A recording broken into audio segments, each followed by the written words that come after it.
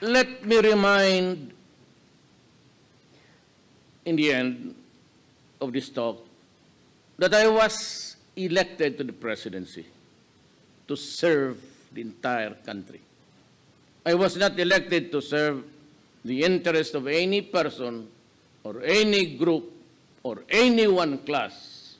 I serve everyone and not only one. Magandang hapon po sa inyong lahat. Ako po si Dr. Tony Liachon. Isa po akong health reform advocate. Isa po akong internist cardiologist sa Manila Doctors Hospital. Ako po yung nagtrabaho as 1 peso consultant ng Department of Health. Naging PhilHealth Director din po ako. So, mahigit na po akong 8 years na nag-advocacy.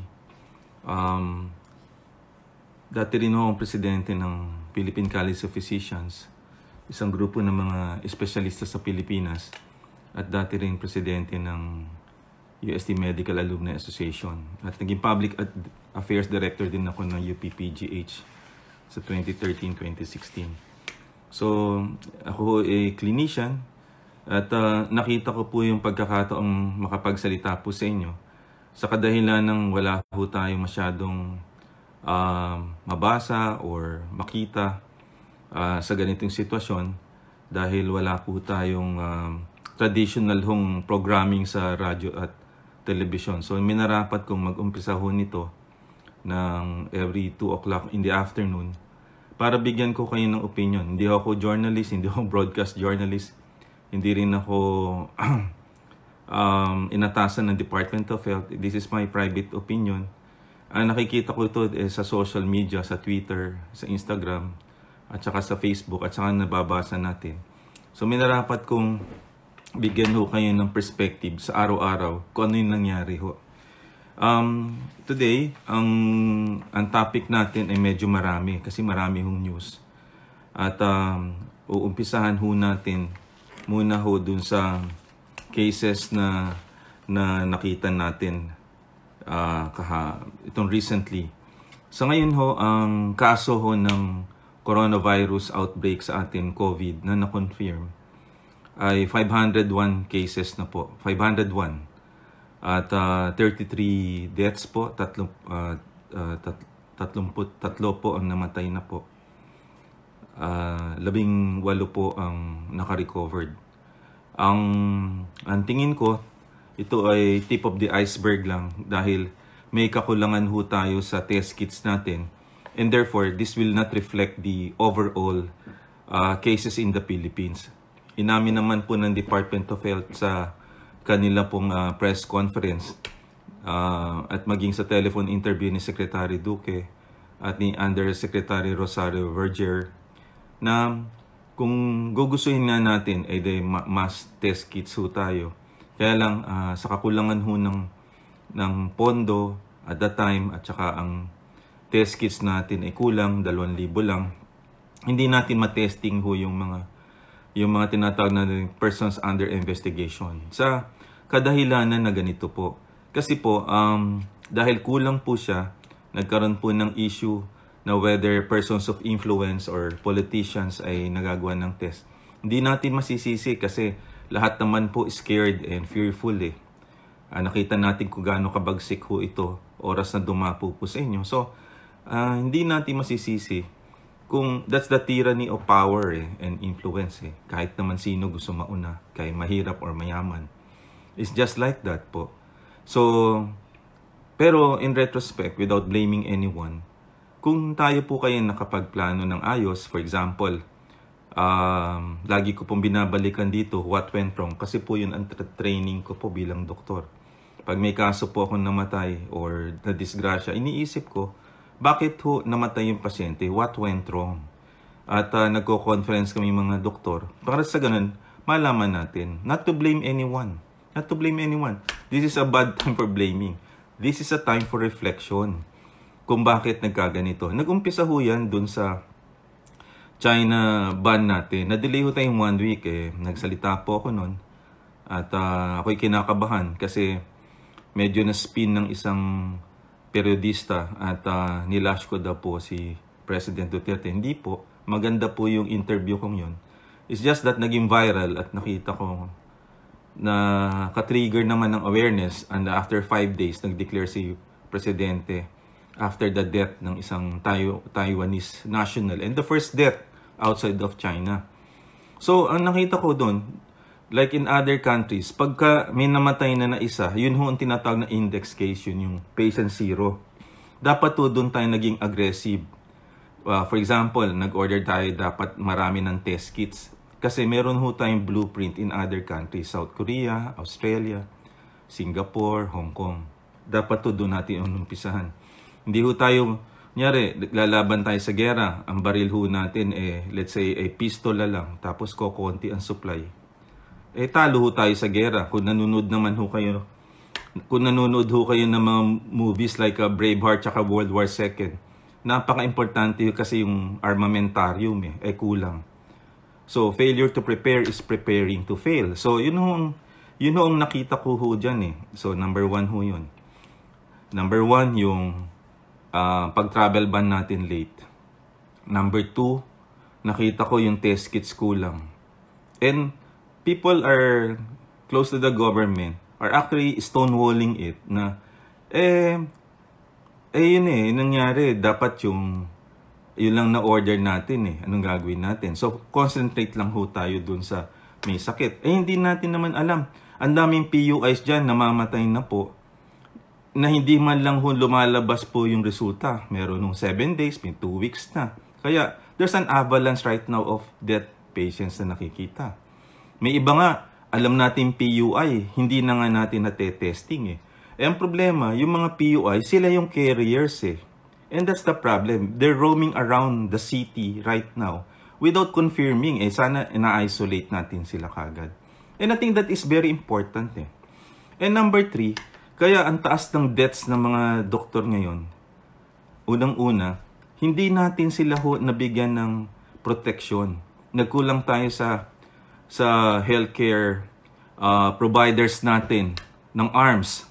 For example, Lung Center kahapon, nakita ko sa Twitter, hanggang yesterday na lang ang supply nila. Imagine niyo yun, Lung Center, COVID hospital yun. Si Dr. Antonio Ramos, head of the admin, sinabi niya 98 na lang yun. That is a government hospital. Ang question ko, wala ba tayong demographics on the number of doctors na na-confine dun sa mga hospital? Ilan ang naka-quarantine? Ilan ang active na staff pa na nakakapagtrabaho? Ilan ang kanilang PPE? Ilan ang surgical mask nila? Yun. Dapat may inventaryo tayo at naka-checklist tayo. So that the Department of Health, mapupuntahan ho yun. Hindi ho pwedeng may hotline, tumawag na lang kayo. Alam nyo, hindi mangyayari yan. You know why? Kasi naka-lockdown ho tayo. Kahit sunduin ho natin doon, may mga checkpoints Ako nga lang ho nakatira ako sa Commonwealth sa may Evergotesco. Ngayon may heightened alert right now. Extreme enhanced community quarantine. Paano ka lalabas dun right now? Wala po Ngayon, ang napaka-importante dito, meron ho tayo ngayong demographics na lalabas sa television or sa infographics. Let's say, Medical City, number 1. Number 2, Manila Doctors. Number 3, St. Luke's or Heart Center. Diba? Lahat na may cases na ganyan, yun muna unahin. Kasi ang National Capital Region ngayon, siya ang epicenter natin. 80% of the cases right now are in Manila. And this is the center of power. This is the center of economy. Pag lumubog ang Maynila, tapos ekonomiya natin.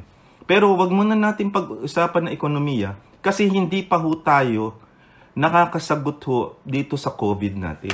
Wala tayong checklist Ang checklist, ginawa yan ni Atul Gawande, isang famous surgeon from Harvard, para hindi ka magkamali. And there are 3 reasons why we fail in health, according to Atul Gawande. The first reason is ignorance. Knowledge is key, right? But where are the data right now? Nasaan po yung datos, mga kaibigan, na ang datos na nare-receive lang natin ay yung cases, namamatay. Pero wala siyang breakdown from heart center, from lung center, from PGH, from Manila doctors. Wala ho ba nun? Para malaman natin where we can actually put our resources at ma-deliver dun. Yun ho ang point dun eh. Ngayon, ang kailangan natin ho ay sistema. Sistema ho ang kailangan natin. Kaya, nagsuggest ho ako today, mainit ho ang diskusyon namin ni Secretary Teddy Boy Locsin, kasi siya ho ang pinaka-action-oriented ho eh. Sumasagot sa Twitter, nakikipag-debate ka. Kaya lang, mapi-PI ka. Kasi, nandun yung mga WTF or all of these invectives eh. Kaya lang, titiisin ko na lang yun. Hindi naman niya ako kilala eh. Kibitzer lang naman ako eh. Ang sabi ko, kibitzer, meron. Sa Mindoro, ang tawag dyan, meron. Alam niyo ibig sabihin ng meron? Yung sa kalye lang, mag-uusap ka, and hoping niya. Since yung Twitter, ang kausap mo niyan, the world eh. Yung taga-US, taga doon, sina Karen Davila, sina Anthony Taberna, ngayon si Tony Velasquez, tinetext ako. Ano ba ang rekomendasyon mo, Doc? Well, ang recommendation ko, from day one, ng pag-lockdown natin, kasi nandyan na yan, anong gagawin natin, di tumulong tayo. Gusto ko sana ng isang 4 na CCC, COVID Central Command Center. Ano ho ba yung CCC na yan, yung 4C? It is an action center na nasa palace ka, tapos naka-computer, telephone lahat ang mga tao. Parang sa NAMFREL quick election. Right? Tapos lahat ng mga tawag, ako, alam niyo po ba kaya ako po may mga wrinkles na puyat ako hanggang alas 3 nagre-reseta po ako ng gamot. At nauubos na nga ho yung prescription ko, pinabiber ko sa lahat. Kasi hindi tatanggapin ng mercury eh. So, I'm doing all of these things, consultation and everything. For the sake of public service. Ngayon, since hindi ko mahagip lahat, first time ako nagpe-Facebook Live. Kasi wala naman ho tayong ngayon na communication plan structure ng government eh. Wala akong nakikita. At kung meron man, puyat na ho tayo. Yung Interagency Task Force, gabi na po yun eh. Pero yung day-to-day or yung minute-to-minute or hour-to-hour, wala yan eh. Yung papasok dito, eto question ko, kulang kami ng supply sa heart center. Ilan ho ang kulang nyo? Ang kulang ho namin dito, ayon ho sa chairman ng chief of section ay, let's say si Joel Abanila tatawag. Kulang ho. Okay. Ngayon, papadala na namin dyan. Alright. Diba? So, yan ang kailangan natin eh. Ngayon, ang naiisip ko ganito. Since wala akong gusto ko mag-appeal to the network services right now. ABS-CBN, PTV Patrol, Channel 5, GMA7, ANC. Lahat to kayo mag-consolidate. Padala ho nyo doon. Padala nyo ho doon ang lahat ng mga questions natin. Consolidated. So, papadala nila ho doon yung mga media natin. Okay? Papadala natin lahat yung media natin. Papadala natin lahat yung mga questions natin. Sila lahat ang nagre-report sa bayan. You know, during World War II, maraming hindi nakakaalam na si Frank Delano Roosevelt, may ginawa ho siyang tawag fireside chats. Nasa radyo lang siya kasi hindi pa uso ang television. Little did they know, after ng World War II, nung nakipag-meet siya kay Joseph Stalin at kay Winston Churchill after World War II, hindi nila alam may polio siya. Pero they were inspired by the communication na binibigay during a crisis by the President of the United States. And the President of the United States is the leader. Is the leader of the free world eh. So may marinig kang inspiring words na walang sisihan and all, inspiring them to work better. Now, paano tumigil ang World War II? Kaya ako nagbibigay ng mga unsolicited question. Because ang ginawa nun, si Albert Einstein, one of the greatest scientists of all time, tinanong niya, dinala niya sa Amerika. I think, kung hindi ako nagkakamali, dinala niya sa Princeton University. At sinabi niya kay Albert Einstein, paano natin mapapatigil ang gera? Sabi niya, private citizen yun ha. Well, ang sabi niya, para tumigil ang gera, kailangan yung pinaka-source ng power nila ay tumigil. Anong source ng power ng World War II? Japan. Paano titigil ang Japan? Kailangan ng atomic bomb dyan. Boom! 2. So, binagsak niya yon sa... So, ang ginawa ni Albert Einstein, E equals mc squared, the theory of relativity. At ginawa niya ho yun, nakaimbento na atomic bomb. Yun ho ang binaba.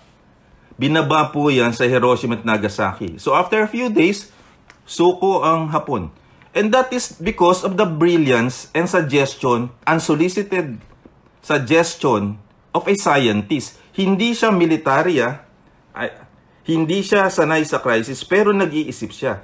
Kasi ang sabi ni Albert Einstein, in a crisis like this, you cannot solve the problem right now with the same thinking process natin Ibig sabihin, hindi mo daw kayang solvein ang problema looking, let's say, at the same angle. For example, this one. Ang tingin nyo, dito. Ang tingin ko dito, iba. Pero ang sabi niya, how do you dissect the problem na hindi helicopter view? So therefore, you need right now support from a lot of people. There's no monopoly of opinions right now. Wala ho. Lahat ho tayo wala naka-experience epidemic. We can only read and then suggest. Ngayon, kibitzer ho ako Ang ibig sabihin meron. I can only say, ito ang dapat gawin. Pero, nire-research ko po yan Nire-research ko siya. Papakita ko po sa inyo. So, ang unang dapat ginagawa pala ng Department of Health right now, at even ng government, ang kailangan natin, i-activate po ang tinatawag ho natin na Operation Center. Yan ho, inasa manual pala ng Department of Health. At even, so ano ang government na pwede hong tumulong ho sa atin? Anong government units? Ang first dyan, yung National Disaster Risk Reduction and Management. Di ba? Pag panahon ng bagyo, kailangan. Sabi ni Secretary Teddy Boy Locsin, magkaiba naman, Tony, yung bagyo sabi ko, sir, magkaiba nga ang bagyo. Pero sir, ito, naka-lockdown tayo, wala tayong kalaban, pero hindi tayo makalabas ng bahay. So what is the difference? Ang kailangan mo, immediate action to complement the ideas and the action plan being done by the interagency task force. Kasi sila nga, aligaga na nga ngayon And they're overwhelmed. Diba? The fact na nag-declare ka ng emergency power, I don't think you are naive and clueless that this is an emergency situation. And therefore, you need more people to help you out. So after the emergency powers na binigay kagabi ng Kongreso at Senate, nakita natin yan magdamag. What are we going to do now? Anong gagawin natin? What are we going to do now? Ang kailangan natin ngayon execute. And according to the template, you must activate right now the National Guard, the National Disaster Risk Reduction, because an epidemic, hindi lang sa typhoon lang ho yan. Pati ho dito, sa tinatawag natin hindi lang sa bagyo, kundi sa epidemic din. So therefore, if you have the Interagency Task Force working, you have a National Disaster working, and then you have an Action Plan Center na nagko-communicate of your needs, right? Communication. Itatapon niya sa NDRRMC while the Interagency Task Force is busy doing other things. Kasi ako ang nakikita ko, kunyari ang PPE nakadump lang sa Department of Health. Ito ang datos ko Si Teddy Boy Locsin, napakatapang niyan, napakahirap niyan kasi napakatalino. Ako naglakas loob kanina at nakikipagsagutan pa nga ako hanggang ngayon. Nagbabaho siya from China ng 100,000 PPE, 100,000 test kits, meron surgical mask, meron ho tayong lahat, dala niya. Okay, sinundo na ng Bureau of Customs. Kausap ko nga yung kaibigan ko dating taga-customs, nilabas nila. Ay, nasa na ngayon? Nga pala tayo. Eh kasi nga, wala ho tayong datos kung saan ipagdadala. So naiisip ko, since wala naman track ho yung Department of Health, right? O ano dapat gawin? Sunduin ng Marines yung mga yon. Ilan ang kulang sa heart center? Eto, boom. Ilang kulang sa lung center? Boom. Ilang kulang sa East Avenue? Boom. Eh may pasyente ako sa East Avenue right now. Kawawa naman ho kami, doktor, dito. Puro mukhang astronaut na ho yung mga pasyente at nakakapote na. Imagine yung nakakapote. Paano ho yun? Paano ho kung hindi mamamatay ang doktor doon? Kung mahawa yun. Isang palitan ho yun, papalit ka na naman eh. So therefore, there must be an abundance of that. Kaya namamatay ang mga pasyente, sasabihin ko na sa inyo kung bakit.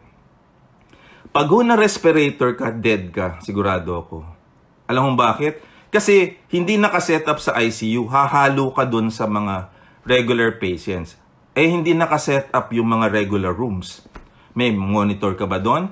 Meron kang expert nurse na nandun? Kulang na nga sila. So pagka nag-vital signs ka, tag-suction ka, lalabas ka uli. Saan uli kukuha ng PPE? So ano yung kamamatay nila? 1, mucus plug. 2, arrhythmia. Kasi wala kang monitor eh. And because the regular nurses are not trained for that, people will die. So, ilan ventilator ka? Meron. Wala. So, anong gagawin natin right now? And you know naman, sa private hospitals, they cannot do all of these things kasi alam nila, pag na-contaminate yung hospitals na yon, di magsasara din sila eventually. Kaya, hindi na makatanggap, nasa ER lang because they don't want to contaminate the whole hospital. Kaya napag-COVID hospital tayo. Pero the COVID hospitals are not ready. You see naman na sinabi ni Dr. Gap Legaspi, though we are, the reason why ayaw niya mong tumanggap, natatakot siya. Natatakot na hindi siya preparado. Di ba? Though we would like to rise above this particular challenge and serve the country. That is very heroic eh. Pero sabi niya, bigyan nyo kami ng panahon to prepare. Kasi, paano yan kami magsisilbi? Nasaan ang test kits namin? Nasaan ho ang supplies namin? Nasaan ang gamot namin? Nasaan ho yung mga pang-protect sa mga doktor? Di mamamatay din sila eventually kung titingin sila niyan. Diba? Nag-set up tayo sa lung center. Ang lung center hindi pa nga handa. Yung Tala Leprosarium. Yung sa ibang lugar, sa Davao, ready ba tayo doon? So, anong pwede natin magawa ngayon? So, hatiin natin yung goals natin para hindi tayo kalat. Ang number 1 natin dapat gawin is to protect the healthcare workers. Pag namatay ho yung mga healthcare workers natin, 20 to 30% according to the data na nag-gather ko, ang may sakit. Alright? At namatay na nga ho ang aking teacher. Ang teacher ko po ay si Dr. Raul Hara. Namatay ho siya sa heart center kaninang madaling araw. At nakakalungkot kasi si Dr. Raul Hara ay dating chief of section ng UPPGH, section of cardiology. At siya po ay dating presidente ng mga cardiologists. Isa sa pinakamagaling na cardiologists of our times. Imagine niyo mawalan kayo. Hindi siya namatay sa iba't ibang problema. Namatay siya sa isang virus. Di ba? So what I'm trying to say right now, nakakalunos ang usapang ito. Pero despite na may nangyari sa kanila, tingnan niyo po ang post ho ng kanyang daughter, si Dr. Ling Hara Salva. At ito ho ay babasahin ko sa inyo. Dr. Hara, my dad is a tower of strength and leadership, and he served as the head of our family and a beacon of hope for many in the midst of crisis. He knew the extensive battle he was facing, and he kept on fighting.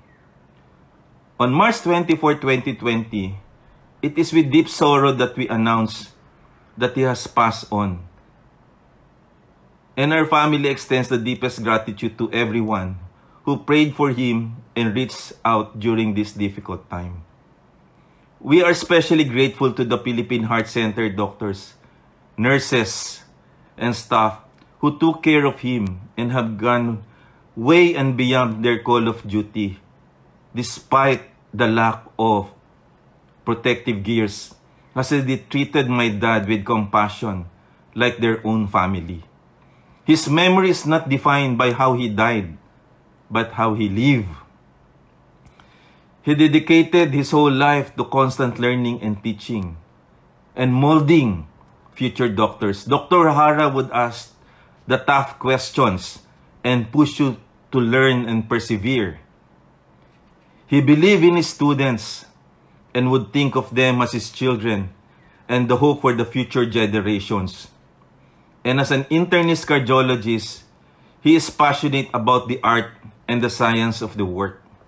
He took pride in serving the Filipino people. He paid tribute to the predecessors who paved the way for medicine. And he was a model husband, a dear father who always put his family first before himself. He has a garden in front of our house where he takes care of his plants.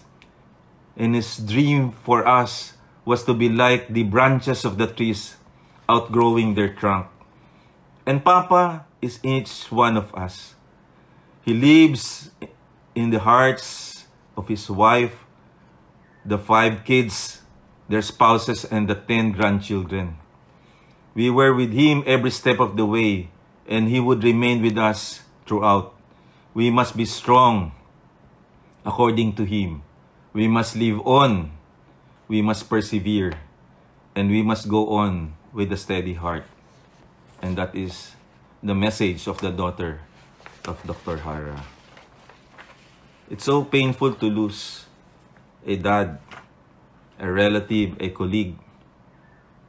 Something na avoidable natin. But despite their suffering, hindi ho sila naninisi and they're so humble.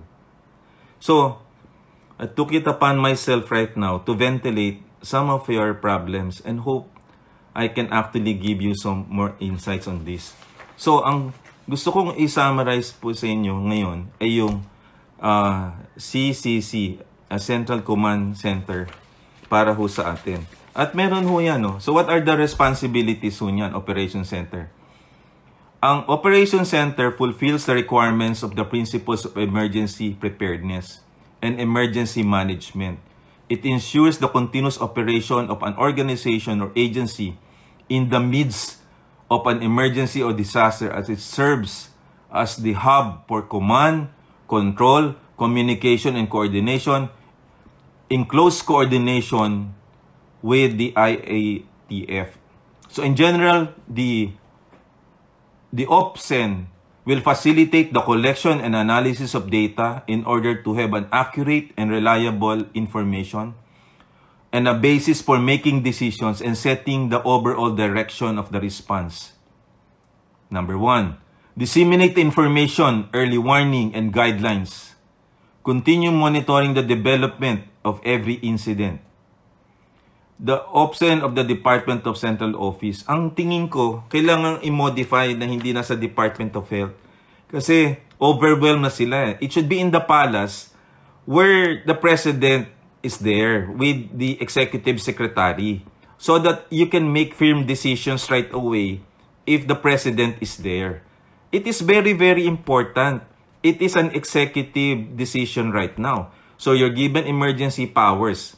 Kaya lang, given the emergency powers natin, meron ka ring high level of responsibility to carry it on. Now, ang question ng marami, I'll tell you. Nabigyan ka na ngayon ng pera. Nabigyan ka na ng powers. What are you going to do with your power? Then you have to focus your power. Diba? We need to do that. We need to do that to focus muna on our short-term goals and then medium-term goal at saka long-term goal. So what are our short-term goals right now? We need to first protect our healthcare workers so we can actually see patients right now. We need to open up other hospitals. We need ventilators coming from other centers na hindi affected by the COVID. We need also help coming from other hospital, perhaps Bismin, dahil hindi pa sila apektado, to help the Filipino doctors here in Metro Manila. We need right now all of the protective gear in all hospitals na nandito. Kasi oras na makalabas ng Maynila right now, yung COVID natin, tapos ng boxing nito. Yan ang sinasabi. Yan ang kailangan natin gawin ngayon. Kailangan natin ma-activate yun. Kailangan natin sense of urgency. And therefore, pag may sense of urgency ka, kailangan mo ng maraming tao. Kasi you need to delegate with authority. Hindi ka pwedeng nandun ka sa lahat ng bagay. Now, eto sasabihin ko sa inyo at nakakahiyaman sabihin. What are we going to do kung ikaw ang presidente ng Pilipinas after last night approval of the emergency powers and the budget? We are in a crisis mode. We need a COVID Central Command Center, and this will be on national TV and radio, and people will see the government is working and must be done as soon as possible. It all depends kung NDRRMC siya, whatever. As long as there is a command center to synergize all the movements. So under the Department of Health Manual, the command center is supposed to be activated by now. Pero wala tayong nakikita right now. So ang suggestion ko, dalhin ho yan sa Malacanang close to the President. Okay? Dapat may war room ang President and act and monitor in a central, integrated, and harmonious way. This is crisis situation eh. We need leaders close to the President to do this now. So I actually request right now, kung maaari sana si Executive Secretary Medialdea, pagkatapos naman ho nito, i-share nyo po para makarating sa Presidente. Baka i-share nyo ho kahit kanino. Malapit sa kanya si Senator Bongo, si Executive Secretary Medialdea, si Secretary Panelo, baka naman sa awan ng Diyos ay makinig naman kahit papano. Tapos, sabihin din sa mga networks ho natin na kung ayaw nila mag-command center ho yung mga ABS-CBN in the service of the Filipino. Lahat mag-integrated ho siguro para hindi lang ABS-CBN kasi malawakan ho itong concern natin eh. Para lahat ng hinaing nyo, may tatawag na, di ba? At meron din doktor doon na kailangan na reseta ng tao, di email na at iba-Viber na kagad doon. Kung kailangan ng pagkain, sabihin sa DSWD, irarasyon ng National Guard natin. Kung kailangan ng PPE, na-actionan. Tapos may checklist. Tapos may metric of success tayo kung nagagawa natin yun o hindi. Pag kumonti ang reklamo, ibig sabihin, nagagawa natin. Kung konti ang namamatay, konti ang kaso, ibig sabihin, nagiging successful tayo. Dapat with transparency yun. Ang kailangan gawin natin yun. Now, we are kibitzers. Meron ho tayo, meron. Our ideas will amount to nothing unless it is executed by the higher-ups. So, lahat tayo right now may care for the government. Ba't naman tayo hindi magkakaroon ng care for the government? Unang-una, pag hindi natin sinuportahan dyan, hindi nakakulong tayo habang buhay. Hindi nyo ho ba naisip yun? Pag ho tayo nakakulong dito habang buhay, paano ho tayo makakabalik sa work natin? Diba? So, ang gusto ko lang ho sabihin sa inyo, kailangan nating aralin yun. Now, pag-usapan natin yung budget. Alam niyo ho yung budget, medyo nakakalinsyag eh. Nung nilabas ho yung budget, siguro a week ago, nagulat ho ako, ito ho yung budget oh.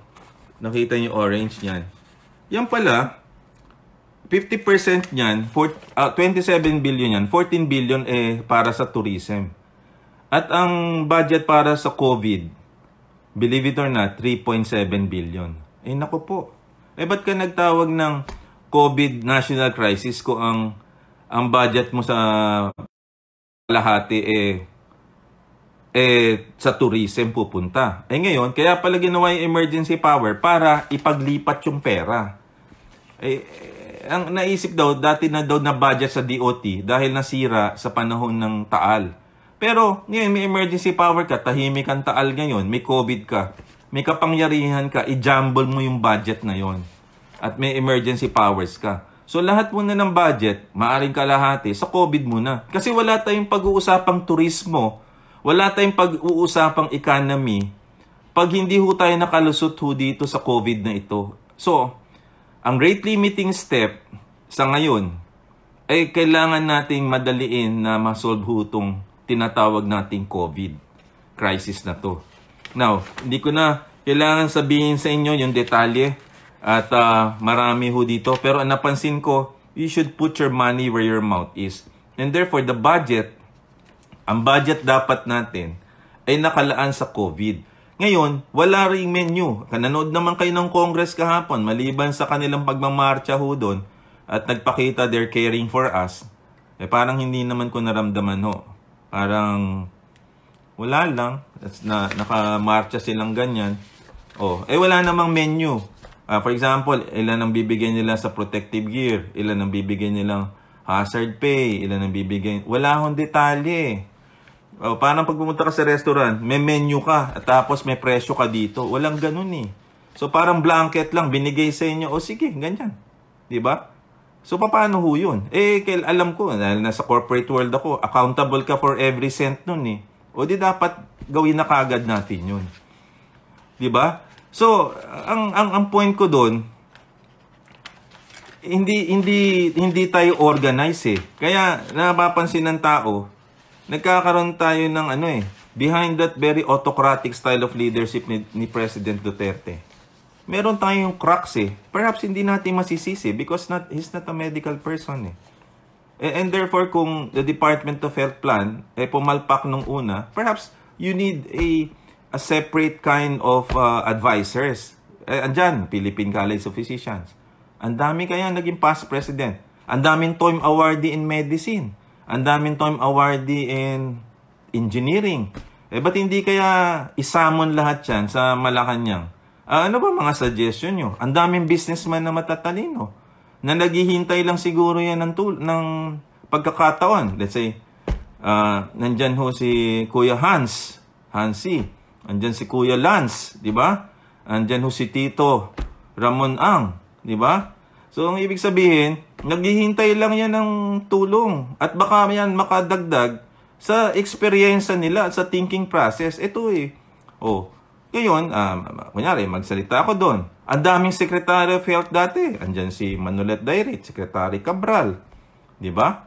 Ang dami. Si Carmencita Riodica, andyan pa yan. Ang laking tulong niyan kay Secretary Duque. Pagka yung mga ideas niyan, nandyan. Ang point ko, overwhelmed si Secretary Duque. Na-quarantine pa. Kawawa naman yung mama. Di ba? So, wag nating sisihin yan. Kasi hindi naman niya kasalanan. Tsaka enormous yung problem eh. And therefore, kailangan natin siyang tulungan. Di ba? So, yun ang point na ibig kong sabihin.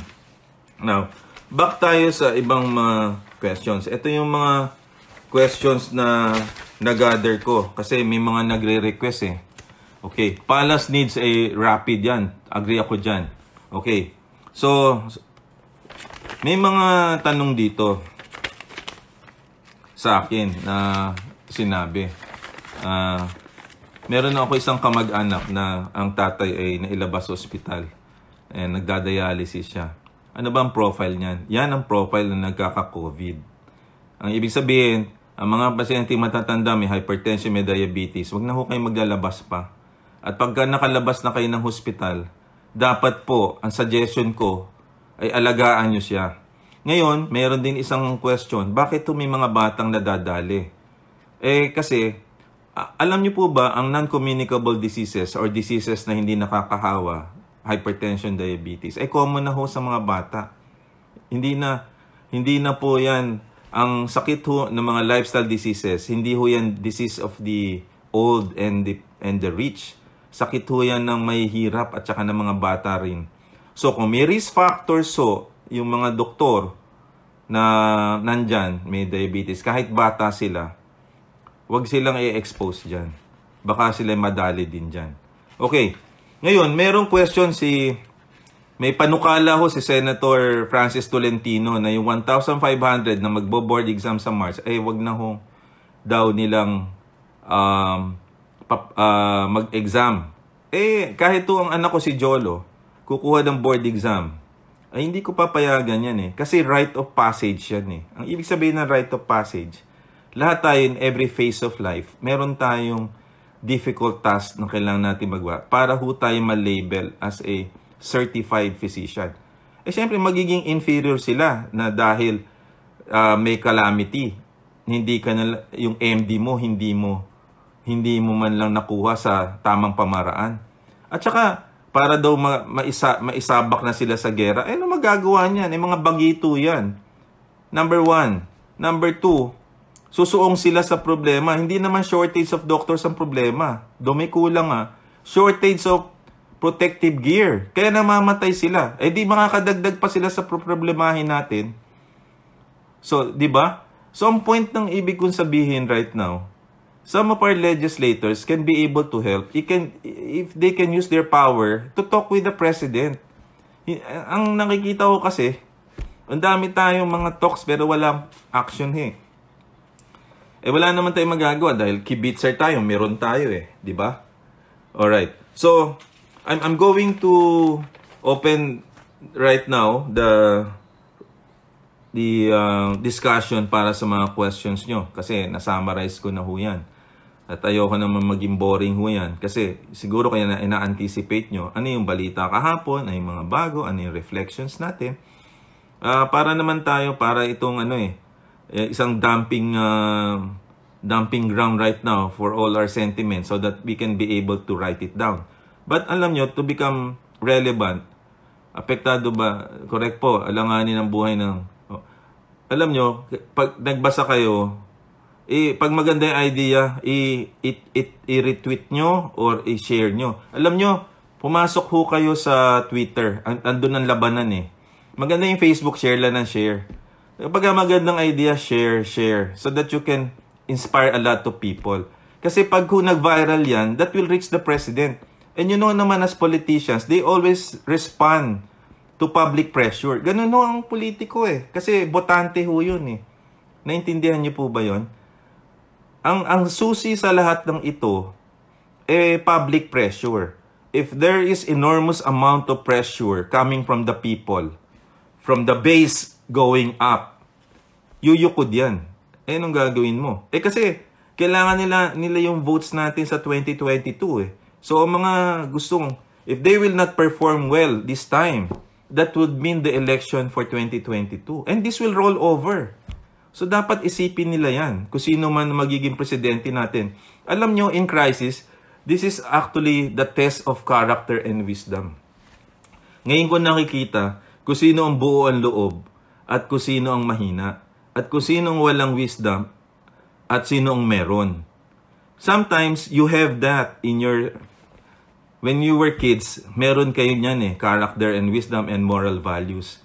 Pero pag pala naharap ka sa isang crisis at nabigyan ka ng power, nawawala yung character and wisdom And sometimes, sana, when our kids right now are here listening to us, sana hindi mawala yung values na natutunan natin sa bahay. At pag tayo ay maunlad pa rin at tayo naging successful sa buhay, ma-share natin ang talent natin to a lot of people.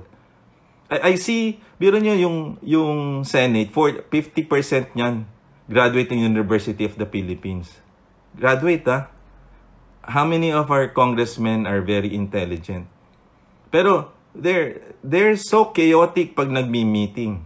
Murahan, walang respect, a lot of bad things related to them. Pero they're good people pagkausap mo individually. But collectively, hindi nangyayari yun So what I'm trying to say, ladies and gentlemen, mga kababayan, sana maisip nila in their hearts right now to step back a little bit, mag-usap collectively on how to help the Filipino people. But because we can only talk so much because we are not the decision makers. We are kibitzers. We are ordinary mortals. Diba? We are ordinary mortals right now.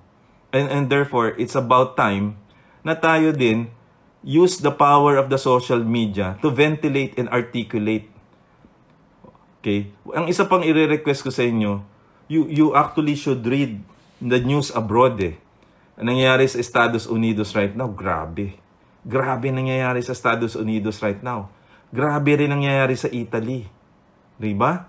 Ngayon, you read also the success stories of Australia, Singapore, Hong Kong, and learn from them and apply it to our country. Alam mo, main difference na nakita ko, it's about leadership. South Korea has a very good leader. Singapore, Hong Kong. Duterte is a good leader. Kaya nga, ang taas ng approval rating eh. Ang problem lang kay President Duterte, ang nakikita ko, is in the execution process. And therefore, siyempre, hindi naman siya doktor. May edad na rin ng presidente. Simple. He means well eh. Ang problema lang, hindi na-execute yung ganitong nangyayari. And therefore, the closest to the president should be advised habang may oras pa. May nakikita na po ba kayong silver lining? 500 cases, 33 deaths. Pag lumabas na yung mga test kits na yan, alam nyo, lalo pang dadami yan. Ang projection ng Department of Health, 75,000. Paano tayo papasok? Kung 75,000 yung cases na yan, sa bawat yan, tao, 3 ang pwedeng hawahan yan. So, can we go to mass pa? Can we go to work? Can we go to the movies? Can we go to the gym? Can we watch our favorite basketball? Can we watch UAAP? Can we travel abroad? Can we restore back our normal lives? Can we earn pa after that? Hindi ko alam. That is a $64 question. But in order right now to succeed and be relevant in your homes, we are actually smartphone warriors. Use the power of your finger, the power of your mind, to trigger right now a positive action, a ripple effect that can reach the president. There's no way. Ang kailangan natin dito, maintindihan ng presidente ang problema. There's no time right now for analysis. Kasi naaral na nila yon right now. Ang kailangan natin gawin right now, with the emergency powers, with the lockdown, with the test kits, the nandyan na, with the protective gear, is how to distribute that. Paano maibigay yung pera at pagkain sa mahihirap. Kasi, in 1 week's time, pag nagutom yung mga yan, magwawala yan. We've seen that in Yolanda. We've seen that in other disaster. That will cause chaos. And we don't want chaos. Pagka nag-chaos yan, magma-martial law. Siyempre. Kaya ayaw natin yan. So, we satisfy them, satisfy their hunger, satisfy natin lahat. No? He's a good person. The president is a good person. Nakausap ko siya sa Davao eh. He's a very good person. Dati hindi ako Duterte fan. Diba? Pero sa ngayon, nalulungkot ako sa nangyayari sa bansa natin eh. Kaya siya binoto ng majority of the people. Binoto siya, naka-deliver siya. But we're such in a crisis right now. Prepared one para or organize. Kasi gusto ko may Facebook Live para meron tayong parang exchange, Pag paumanhin nyo, minsan emotional ako kasi namatay si Dr. Hara eh. Pagpasensya naman niyo po. Si Thinking Pinoy, kaibigan ko, pero ibang focus si Thinking Pinoy ngayon eh. Request ko lang sana kay Thinking Pinoy, use niya yung closeness niya to the president. Nakikita ko sana yung dami ng followers si Thinking Pinoy, 1 million. At kay Dr. Willie Ong, sana gamitin niyang 10 million followers right now. Muntik na siya na manalo sa Senate noon eh. Diba? Kung magaling si Dr. Willie Ong ngayon, doon hindi ko napapanood siya. Gamitin niya yung 10 million niya followers para i-inspire ang Pilipino. Diba? So, kung yung si Thinking Pinoy, si Willie Ong, at iba pa, ako, konti lang yung followers ko. Wala meron lang ako buti nga kayo, nagtsatsaga sa akin kahit pa ilan-ilan. 500 friends. Mga kamag-anak ko pa lahat yung iba. Katulad niya si Medel. Oy Medel, kumusta dyan sa Italy? O, tinan nyo, ang mga viewers ko, mga kamag-anak ko, biro nyo yun. Kaya marami akong likes Yung iba nagdo-double like Diba? So, wala naman akong DDS or mga dilaw. Tsaka, tama na ho yun. Yung away ng DDS at tsaka LP, tama na po yun. Nakikita ko kahit tama yung opinion ng Duterte, galit pa rin yung LP. Kahit tama si President Lenny dun sa kanyang BIP test kits, galit pa rin yung kabila. Wala nang tama. Ano lang ho tayo? Sa issue lang tayo. Diba? Si TP po, idol ko yan. Alam niyo po ba si TP? Close na close kami niyan. Sobrang close. Idol ko yan si TP. Ang talino niyan eh. BS Math yan. BS Math. BS Math siya. Nag-graduate ng summa cum laude. Dahil mahirap lang daw sabi niya sa si TP. Pero ang talino. Sana, si TP, lapitan. Tatawagan ko nga siya minsan. Kaya lang napaka-busy ni TP eh. Si Thinking Pinoy, idol. Boss. Willie Ong, bossing din. Kailangan natin yan. Tunying, Anthony Taberna, Jerry Baha. Sana kung nakikinig kayo, sana makarating din. Share naman nyo, baka makarating kay na Tunying. Sila yung alam nyo naman ang pwersa niyan eh. Madam Karen Davila. Si friend ko, si Joel Sobel. Ang dami kong kaibigan eh. Tony Velasquez, no? Ang dami kong mga kaibigan yan eh. Si Mr. Buchanko, yan. Dami. Ang dami. Tayo, meron lang eh. Sino ba naman ako? Diba? So lahat tayo tulong-tulong. So I'd like to quote lang yung sinabi ni John F. Kennedy. Ask not what your country can do for you, but rather ask what you can do for your country. So, this is Tony Liachon, isang Pilipinong doktor, nagmamahal para sa bayan. Hanggang sa muli. Ay ba na? Hanggang sa muli, ladies and gentlemen. Tomorrow, Tomorrow. Sa Karambola daw, busy page daw. Hanggang bukas po, magdi-discuss ho tayo. Gusto niyo pa bang may discuss? May gusto pa kayong sabihin? Ha? Doc. Thinking Pinoy. Boss. RJ. Sana naman, tumulong ka naman. Kailangan tulong namin eh. 1 million followers eh. Kailangan natin yan eh. Diba?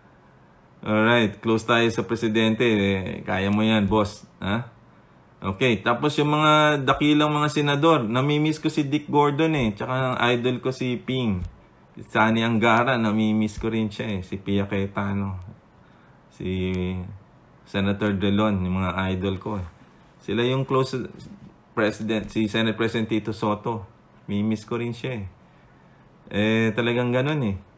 Wala tayong makakausap na iba eh. Di ba?